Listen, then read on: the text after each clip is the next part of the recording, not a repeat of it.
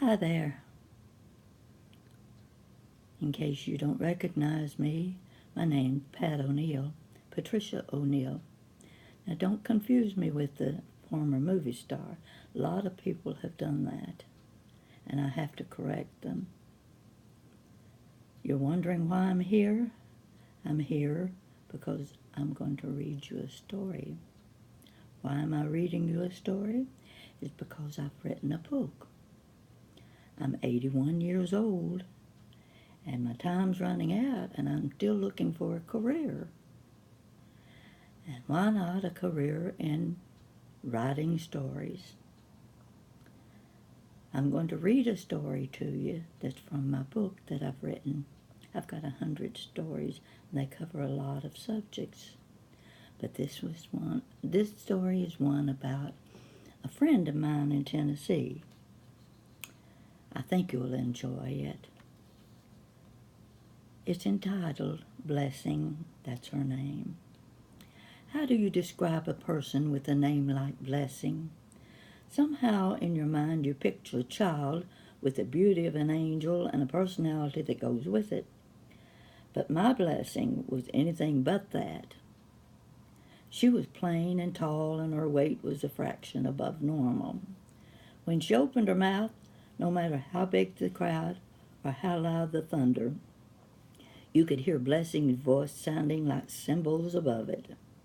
She purposely wore long-sleeve blouses 2 sizes too large so that no one could see the extra fat on her arms and around her middle.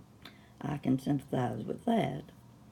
She figured it was better to wear an oversized blouse so people could wonder how big she was rather than wear a tight-fitting shirt and remove all doubt. She never met a stranger and could tell you the life history of every resident of Marlow, where she was raised. Marlow was a small country community of farmers. Everybody who lived there farmed, raising corn and tobacco. There was no such thing as a proper dress code for the residents of Marlow. They all dressed alike. Bib overalls with blue shirts and red railroad handkerchiefs around the neck. Lace-up brogan shoes were worn by the men. The women wore shirtwaist calico dresses, always below the knee, and wrinkled cotton stockings with garters. You remember garters, don't you? They didn't mind wearing their bib aprons even when they went to town. They would either be spitting tobacco or dipping snuff. When they drove down the road in their red pickup trucks, you'd better be standing a good distance away if you didn't want a spray of tobacco from the window of the pickup. Blessing was a friend of the family. She was always fun and had a story to tell about someone in her home community. I don't think anybody in the state of Tennessee could top her flat country drawl. I remember the stories she used to tell about when she was a little girl. She had learned that a man and a woman in the neighborhood was getting married. This was a second marriage for both of them after losing their spouses. The woman and man each owned their own homes, so they decided to move into her house, combining their furniture, and then sell his house. Blessing came running into the house all out of breath and anxious to tell her mother the latest good news. Her mother was already aware of the marriage plans. She was busy in the kitchen, working at the sink, when Blessing blurted out, "Mama, did you know Miss Smith and Mr. Jones going to get married and put their thing together?" Blessing said her mother whirled around and swung the dish right across her face, saying, "You hush that filthy talk, and I don't want to ever hear you say nothing like that again."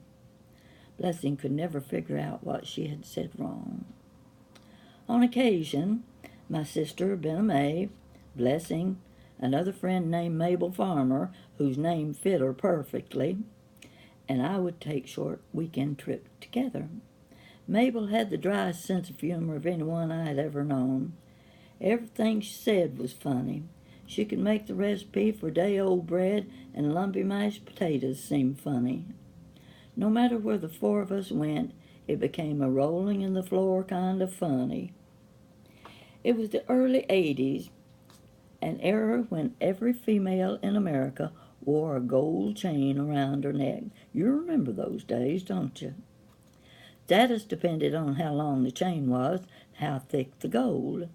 Even I had a gold chain, only because my son gave me one for Christmas that year. Every time I went shopping with Blessing, we had to look in the jewelry cases at gold chains. Blessing always wanted my opinion on which chain she should buy, which one looked best on her, a short one or a long one, but she never bought one. This time, Mabel was with us, and we were in a department store in Knoxville.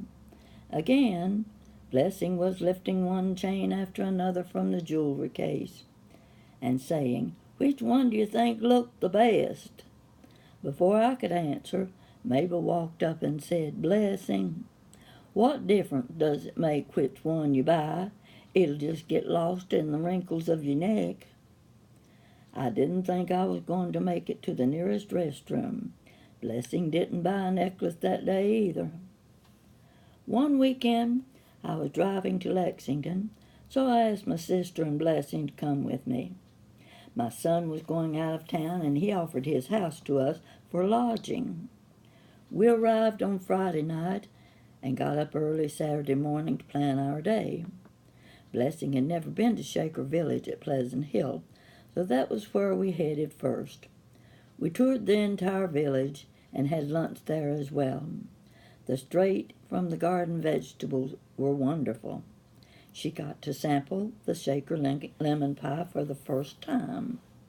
The waitresses were in standard Shaker dresses and aprons with mesh caps on their heads. You've been there, you've seen them. I had to explain to Blessing that the waitresses were not real Shakers, that the community died out about 100 years ago. Blessing loved the history of the Shakers and the effort being made to keep the legacy alive. Returning to Lexington that evening, we stopped off at Fayette Mall. All three of us were so tired it was an effort to even walk, so we sat on a bench in the middle of the mall, watching shoppers parading back and forth. Neither of us said a word. We were too exhausted to say anything, so we just sat and watched people stroll by. Extreme exhaustion can make any situation funny. We must have been sitting on the bench about 30 minutes. We had no interest in anything except resting. About that time, a couple came walking across in front of us. The man was tall, overweight, and dressed in bib overalls with one shoulder strap hanging loose. The lady, obviously his wife, was the typical-looking lady from the country.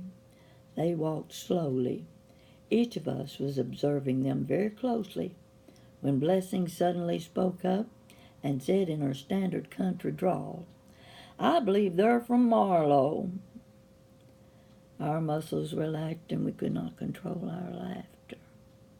You had to be there to see what it was like.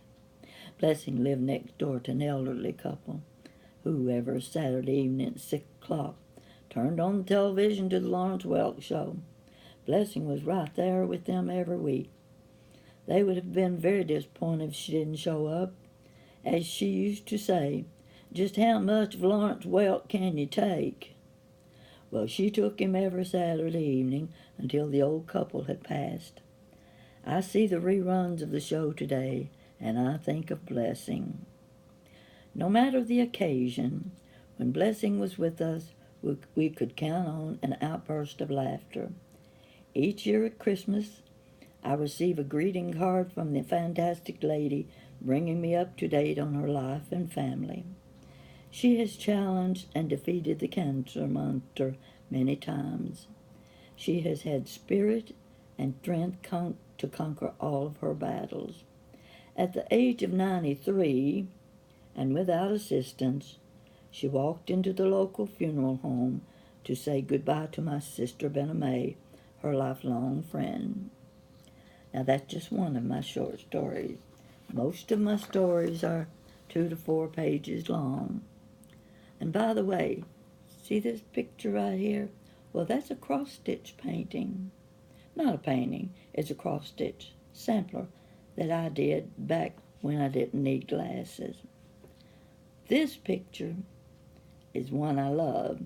When the house catches on fire, it's going to be the first thing I grab when I start out the door. That's a picture of my mother. It's a painting that a friend of mine here in Lexington did for me from about a 2-inch photograph that was taken in 1915. This is a beautiful picture. It's in my book too. There are 100 stories in my book, and I'm hoping I can get it published. Now, what I want to know is, do you know any good publishers that work cheap? Because I don't have a lot of money, but I want everybody to be able to read my book. I think you'll like the stories. 100 stories. You might even be in one of them. Never can tell. My daughter, Jan, is helping me with it. She does a good job. She's an expert on computers. You know, I remember one night, for some strange reason, I clicked on the wrong button, and everything I read on Facebook was written in Portuguese. And in order to get out of Portuguese language, I had to be able to read it so that I could go back to English. So I called Jan, the expert. She led me through this. See the little dots up in the right corner? Yeah, okay. Press on those. Now do you see the wrench? No, there's not a wrench. I don't have a wrench. You gotta have a wrench up in the corner. No, I don't have one. Well, go to the next page. Look over in the left column. You see where it says language? No, my left column doesn't show language. Well, the only thing I can tell you now is you're just going to have to learn to speak Portuguese. She's always helpful. I can always count on her. Now, you've seen others put their videos on Facebook. Now you get to look at mine. And I don't have color on my hair today. It's natural. I don't see any point in putting color on. People can look at the turkey neck and know how old I am. So, hope you enjoyed my video. Thank you.